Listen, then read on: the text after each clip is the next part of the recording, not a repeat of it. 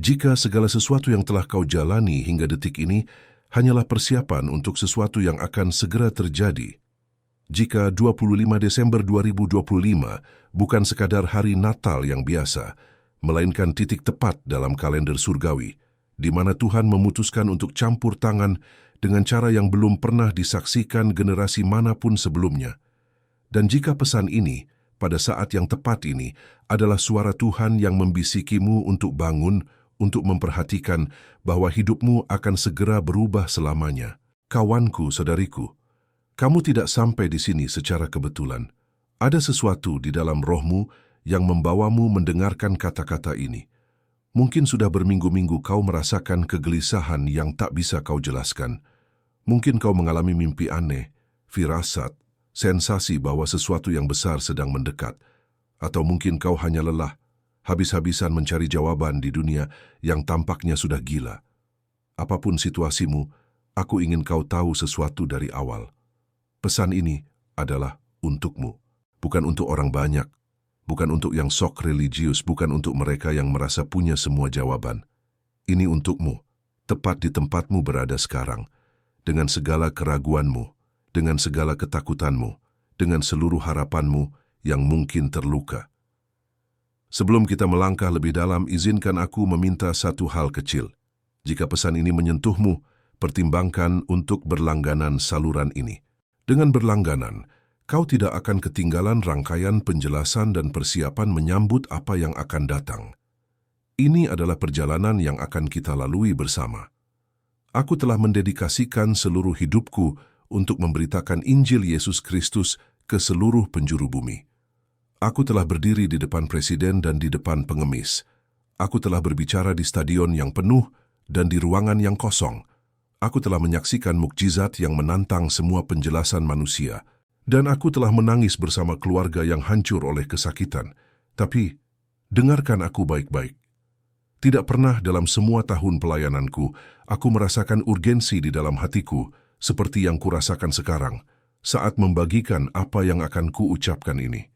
Karena ada sesuatu yang berbeda di udara, ada sesuatu yang bergerak di langit, ada sebuah tanggal yang bergema dalam rohku seperti yang lain tidak pernah lakukan. Dan tanggal itu adalah 25 Desember 2025.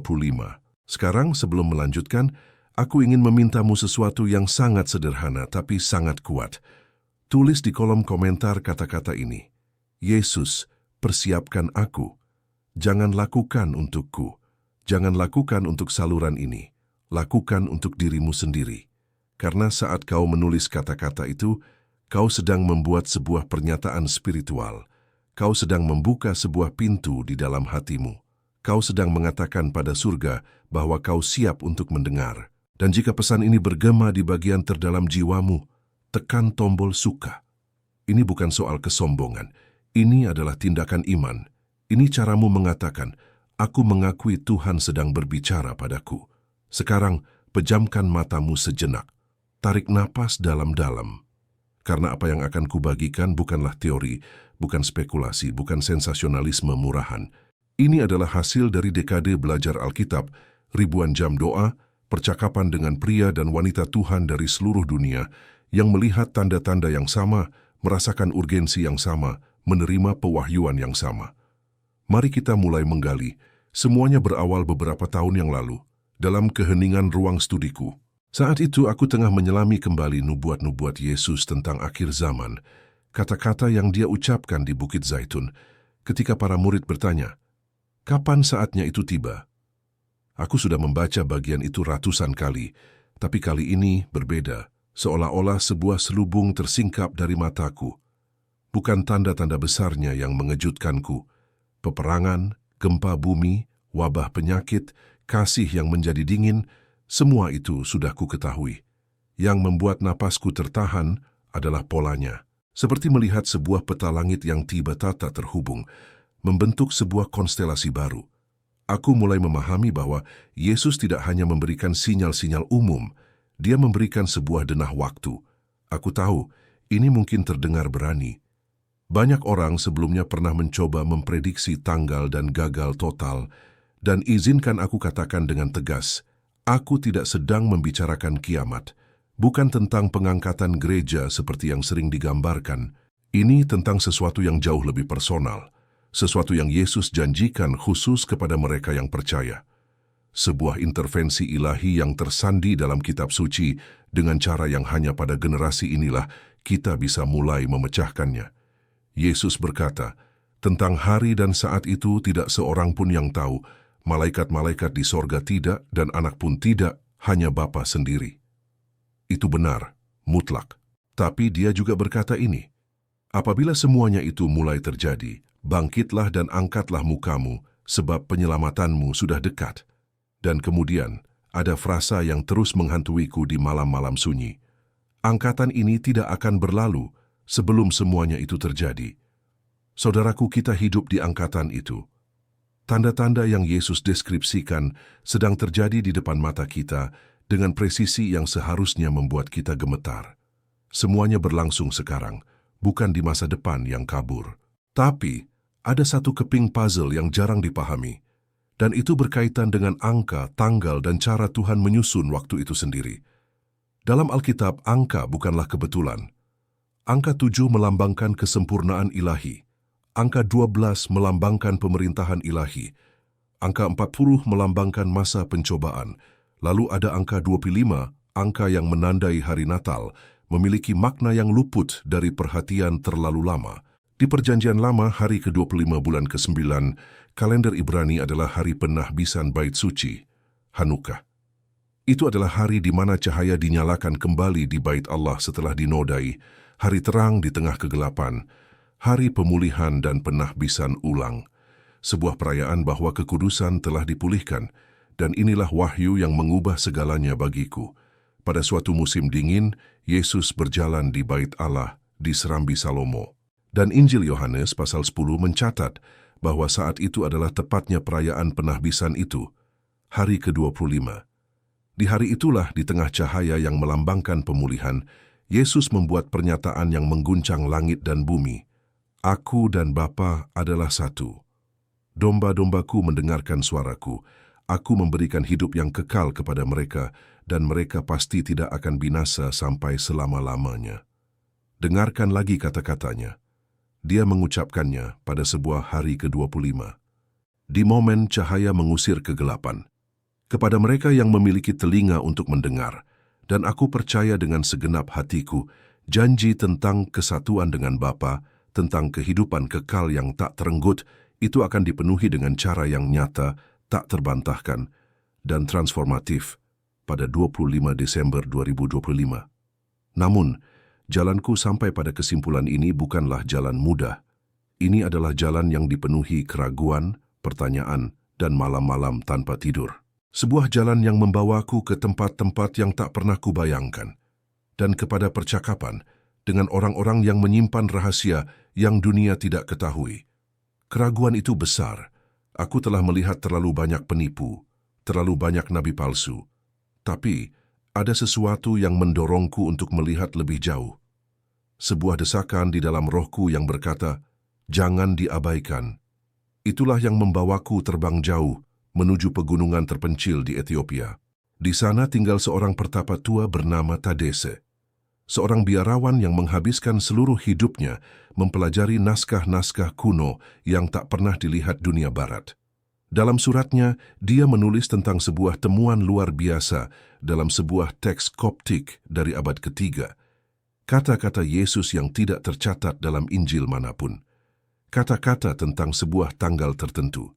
Dengan kaki yang sudah tak semudah dulu, aku mendaki.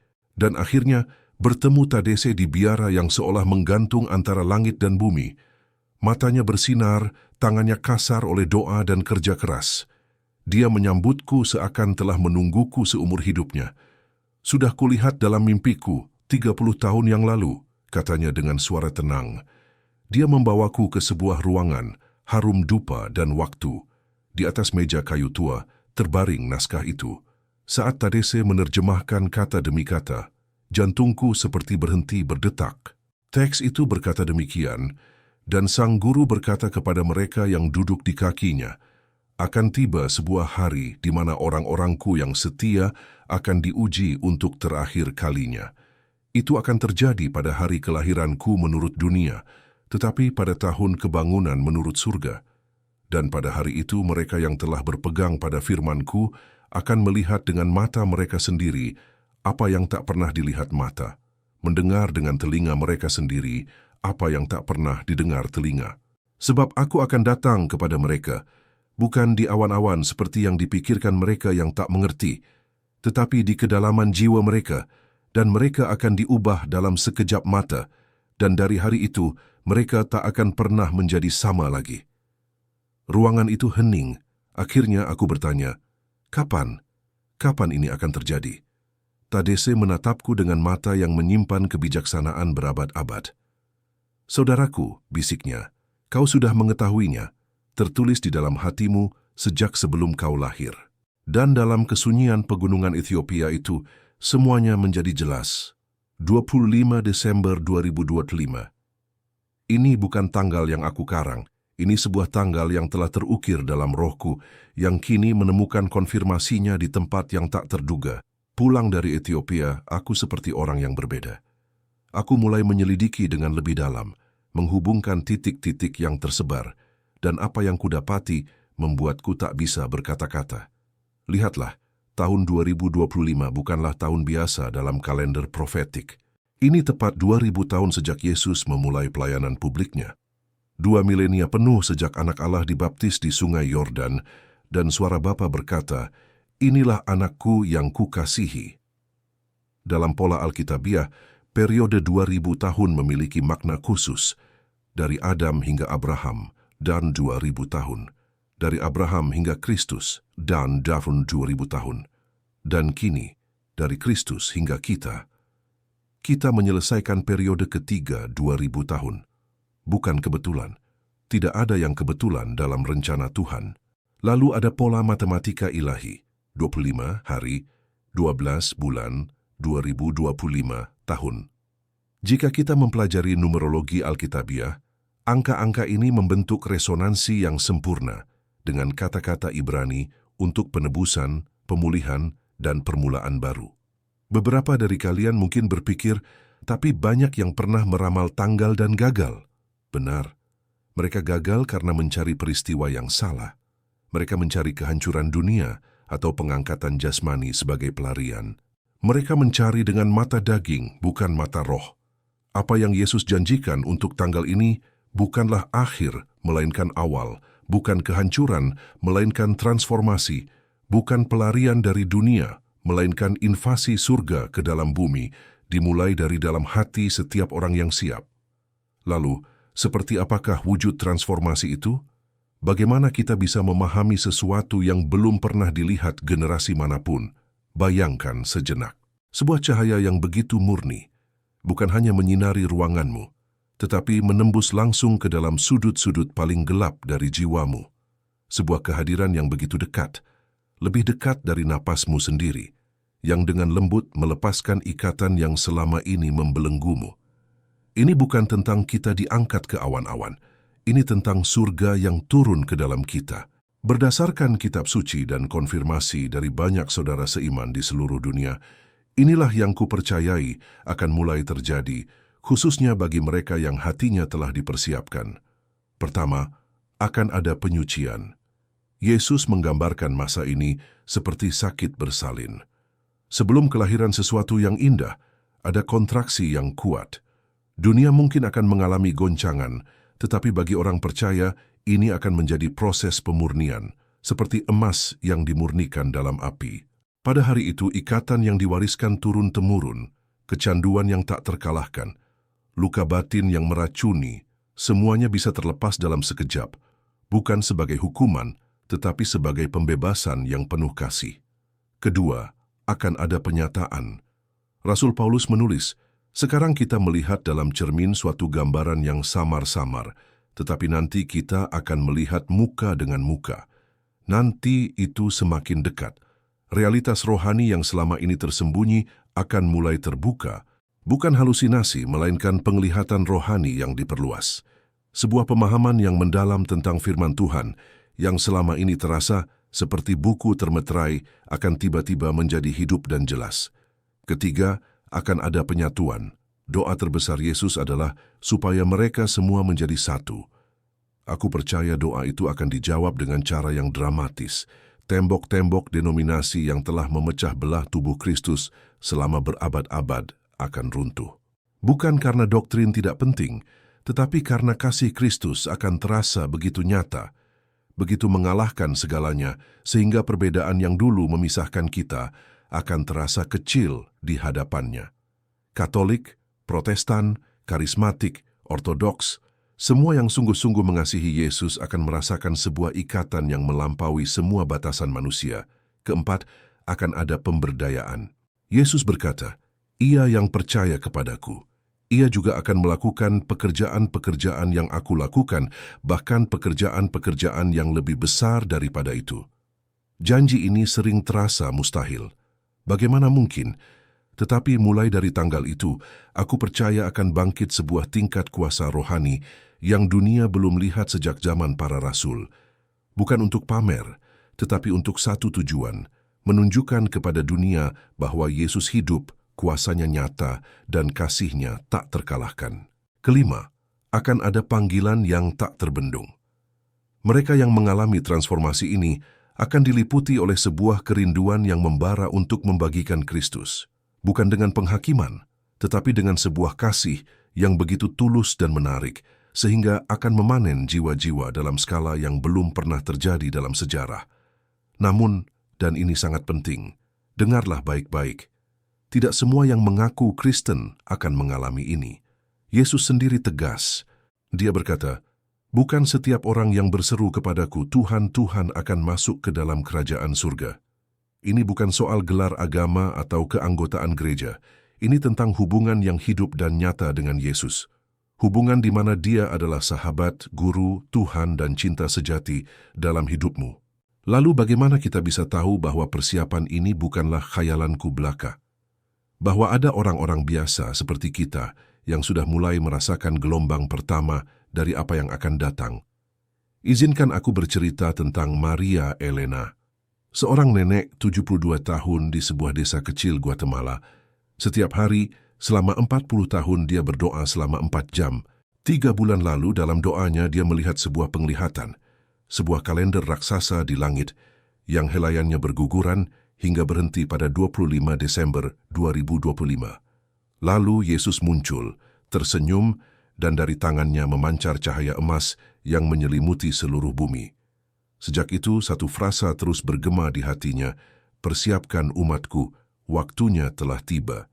Atau kisah Samuel, seorang insinyur perangkat lunak di Korea Selatan yang dahulu adalah seorang ateis. Setelah bertobat, dia mempelajari Alkitab dengan gairah luar biasa. Dengan menggunakan algoritma, dia menganalisis pola numerik dalam nubuat Daniel. Hasilnya membuatnya menggigil. Semua titik mengarah ke tanggal yang sama, 25 Desember 2025. Dan yang mengejutkannya, banyak peneliti Alkitab di seluruh dunia telah mencapai kesimpulan yang sama melalui jalan yang berbeda. Dan ada satu hal yang paling mengharukan, anak-anak. Di seluruh dunia, China, Brasil, Nigeria, anak-anak yang tak pernah diajari secara religius mulai menggambar salib, bermimpi tentang Yesus, dan berbicara tentang sebuah cahaya yang datang. Yesus berkata, "Kerajaan surga adalah milik orang-orang seperti mereka." Ini bukan teori lagi. Ini adalah kesaksian yang hidup. Namun jalan menuju tanggal itu tidak akan mudah. Yesus tidak pernah menjanjikan kehidupan yang gampang. Sebaliknya, dia berkata, "Dalam dunia kamu akan menderita." Aku percaya bulan-bulan menjelang tanggal itu akan penuh dengan pencobaan. Gejolak ekonomi, konflik global, bencana alam, dan kebingungan rohani yang luar biasa. Ini akan menjadi ujian terakhir yang memisahkan iman yang sejati dari yang dangkal, seperti api yang memurnikan emas. Tetapi bagi yang bertahan, hadiahnya tak terkira. Rasul Paulus yang menderita lebih dari kita semua menulis, "Aku yakin bahwa penderitaan zaman sekarang ini tidak dapat dibandingkan dengan kemuliaan yang akan dinyatakan kepada kita." Lalu, bagaimana kita bersiap? Ini bukan tentang mengemasi tas atau mengungsi ke gunung. Ini tentang mempersiapkan hati dan roh. 1. Periksa hubunganmu, bukan agamamu, Tanyakan pada dirimu, apakah aku mengenal Yesus atau hanya tahu tentang Dia? Mulailah berbicara kepadanya seperti kepada sahabat terdekat. Baca firman-Nya bukan sebagai kewajiban, tetapi sebagai surat cinta pribadi untukmu. 2. Bereskan hubunganmu dengan sesama. Jangan biarkan luka, dendam, atau rasa bersalah yang tak diampuni menjadi tembok antara dirimu dan Tuhan. Memaafkan itu bukan pilihan, itu kebutuhan rohani. Dan maafkan juga dirimu sendiri. Jika Tuhan sudah mengampuni, mengapa kau masih mengutuk dirimu? 3. Sederhanakan hidupmu. Dunia ini penuh kebisingan. Kita perlu menciptakan ruang keheningan untuk mendengar suaranya. Evaluasi. Apa yang menguras rohmu? Apa yang mengisi jiwamu? Berani mengatakan tidak pada hal yang mengalihkan perhatianmu dari yang kekal. 4. Carilah komunitas sejati. Kita tidak dirancang untuk berjalan sendirian. Kamu butuh saudara seiman yang bisa mendukung, mengoreksi, dan berdoa bersamamu. Temukan tempat di mana Yesus menjadi pusat, Alkitab menjadi otoritas, dan kasih menjadi napasnya. 5. Berjaga-jagalah. Ingat perumpamaan tentang 10 gadis. Yang bijak membawa minyak cadangan untuk pelitanya. Minyak itu melambangkan kehadiran Roh Kudus dalam hidupmu. Jaga api doamu tetap menyala. Jangan biarkan pelitamu padam karena kelalaian. Namun, persiapan batin ini harus disertai dengan kewaspadaan mata. Apa tanda-tanda yang akan mengkonfirmasi bahwa kita berada di jalur yang benar? Tanda-tanda itu sudah mulai terlihat, sahabatku. Pertama, aktivitas surgawi, laporan tentang penampakan, mimpi, dan pengalaman supranatural akan meningkat drastis, bahkan di antara mereka yang tak pernah percaya sebelumnya. Kedua, goncangan dalam struktur kuasa dunia, institusi yang tampak kokoh akan goyah. Ketiga, kebangunan rohani di tempat tak terduga, bukan di gereja-gereja megah, tetapi di desa-desa terpencil dan di antara kaum tertindas. Keempat, garis pemisah yang semakin jelas. Tidak akan ada lagi wilayah abu-abu. Setiap orang akan didorong untuk memilih sisi. Dan kelima, sebuah kelaparan spiritual global. Jutaan orang akan merasakan kehampaan yang hanya bisa diisi oleh Sang Pencipta. Disinilah peranmu menjadi krusial. Jika kau telah mempersiapkan hatimu, kau akan menjadi cahaya di dalam kegelapan itu. Jangan pernah meremehkan dirimu. Kelemahanmu bukan penghalang bagi Tuhan, itu justru kanvas tempat Dia melukiskan kuasanya.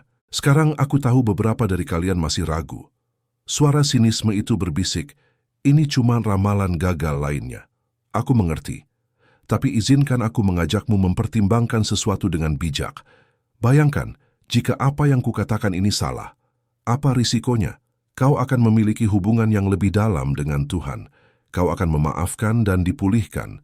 Kau akan menyederhanakan hidup dan menemukan komunitas sejati. Kau akan hidup dengan lebih penuh tujuan dan pengharapan. Itu semua adalah keuntungan, bahkan jika tanggal spesifiknya ternyata berbeda. Sekarang bayangkan jika apa yang kukatakan ini benar, tetapi kau memilih untuk mengabaikannya. Apa risikonya? Kau akan melewatkan kesempatan untuk bersiap menyambut perjumpaan terpenting dalam hidupmu. Kau akan tetap sibuk dengan hal-hal fana, sementara yang kekal lewat di depan matamu. Kau akan tertinggal saat angin perubahan ilahi mulai bertiup. Pilihannya menjadi jelas. Risiko untuk percaya dan ternyata salah sangat kecil. Risiko untuk tidak percaya dan ternyata benar tak terhitung. Sebelum kita mengakhiri, izinkan aku membagikan satu kisah terakhir. Seorang teman yang menjadi pendamping rohani di rumah sakit pernah menemui seorang wanita tua bernama Esther di detik-detik terakhir hidupnya. Esther telah melalui hidup yang sangat berat, kehilangan suami, mengurus anak sendirian, bahkan mengubur salah satu anaknya. Namun saat temanku masuk, dia menemukan seorang wanita yang bersinar dengan kedamaian yang tak bisa dijelaskan. Esther memegang tangannya dan berkata, "Setiap tetes air mata yang kutangis, dia menghitungnya. Setiap malam aku terjaga, dia menemaniku. Aku tidak pernah sendirian bahkan sedetik pun, dan sekarang aku akan melihatnya berhadapan muka. Bagaimana mungkin aku tidak damai?" Esther meninggal dengan senyuman itu, dan temanku bersaksi bahwa saat napasnya berhenti, sebuah kehadiran memenuhi ruangan itu, sebuah kepastian bahwa apa yang dipercayai Ester adalah nyata. Kedamaian itu, kepastian itu, kehadiran itu tersedia untukmu. Bukan hanya saat kau menghadapi maut, tetapi sekarang, hari ini, dan khususnya ketika 25 Desember 2025 tiba, karena apa yang dialami Ester saat kematiannya akan mulai dialami oleh orang-orang percaya dalam kehidupan mereka, sebuah transformasi realitas itu sendiri. Sahabatku, aku telah membagikan segalanya kepadamu. Aku telah membuka hatiku. Aku telah mengambil risiko dengan membicarakan tanggal tertentu ini, karena aku percaya ini adalah kebenaran yang Tuhan taruh di dalam rohku. Aku melakukannya karena aku mengasihimu dengan kasih Kristus. Sekarang keputusannya ada di tanganmu. Kau bisa mengabaikan semua ini. Kau bisa melanjutkan hidup seperti biasa. Itu adalah hakmu. Tetapi aku mohon, setidaknya berikan kesempatan pada Roh Kudus untuk membisikkan konfirmasi di dalam hatimu. Jika pesan ini menyentuh sesuatu di dalammu, tulis di kolom komentar. Aku siap untuk apa yang akan datang. Ini bukan untuk pamer. Ini adalah deklarasi iman. Ini adalah caramu berkata, "Ya Tuhan, aku di sini. Persiapkan aku." Tekan tombol suka sebagai tindakan syukurmu. Dan jika belum, berlanggananlah, karena perjalanan persiapan ini baru saja dimulai. Mari kita berdoa bersama. Bapa Surgawi yang mengenal setiap hati yang mendengar kata-kata ini, bukalah mata rohani mereka untuk melihat apa yang Engkau rencanakan. Bukalah telinga mereka untuk mendengar suara-Mu di atas segala kebisingan. Persiapkan hati mereka untuk mengalami-Mu dengan cara yang baru. Berikan mereka iman untuk percaya, pengharapan untuk bertahan, dan kasih untuk menyinari dunia yang gelap. Dalam nama Yesus, amin. Jawablah panggilannya hari ini. Karena besok mungkin sudah terlambat. Pilihan yang kau buat sekarang akan menentukan kenangan tentang dirimu. Apakah sebagai orang yang membasuh tangan seperti Pilatus, atau sebagai orang yang berlutut dan berkata, "Ya Tuhan, aku milik-Mu." Yesus nyata, Yesus hidup, dan Dia menantikan jawabanmu.